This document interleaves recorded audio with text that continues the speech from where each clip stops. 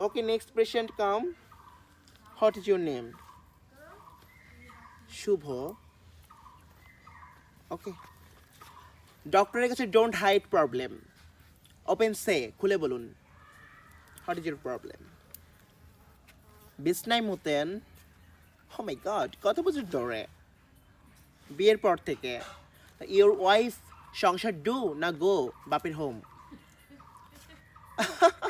এখনো ডু সংসার, বউটা ভালো, নয়তো এই মুতনে বেটার লোকে কি ঘর করে?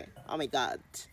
যাই হোক, সকালবেলা দাঁত ব্রাশ করবেন না 1 মাস।